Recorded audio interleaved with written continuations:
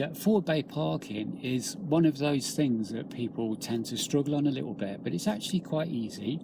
And I'm just going to show you a method that I teach with my students, and it pretty much works every time. So, hi guys, I'm Sean from Driving Test Wizard, and we're going to rip up those L plates. Rip up your L plates.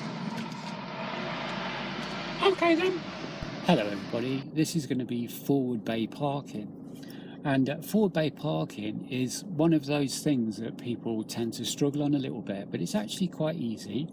And I'm just going to show you a method that I teach with my students, and it pretty much works every time. So let's just have a go at it now. There'll be diagrams and photographs for you to look at as well, just in the next section. So hang on for that, and it'll be more clear then. Okay. So first of all, I'm going to do my 6-point check before I move. I've prepared the car, so I'll observe now as well.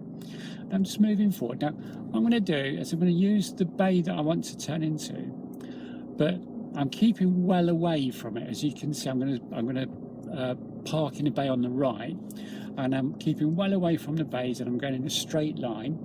I'm going to make sure I don't make a banana shape as I go into the bay. I'm going to make a kind of right angle shape like that. Okay, so I'm looking at the bays, and I'm looking for where the first corner of the bay just appears from behind the door mirror, and there it is. And then I'm going to steer. I'm just going to steer it in, and it's as simple as that really. It's as easy as this. It really is. And then I'm just going to bring the car to a nice steady stop as I get in the bay. Now the car doesn't have to move any quicker than that. You don't have to sweep it in or anything like that there.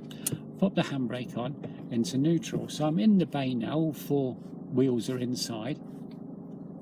Now that's only half of this, isn't it? The second half is kind of reversing out, and you know, perhaps the examiners are more interested in that bit really, because on their sheet it says reverse out of a bay. It doesn't say forward bay park.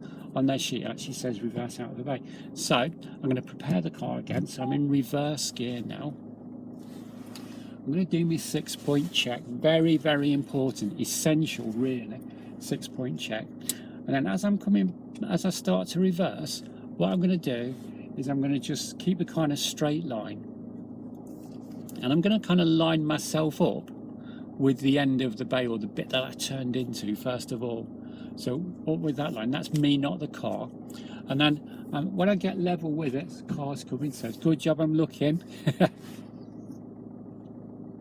There's another one going by as well. Okay, so that's another double check really. Okay, so I'm more or less in line now, and this is where I'm going to start to steer.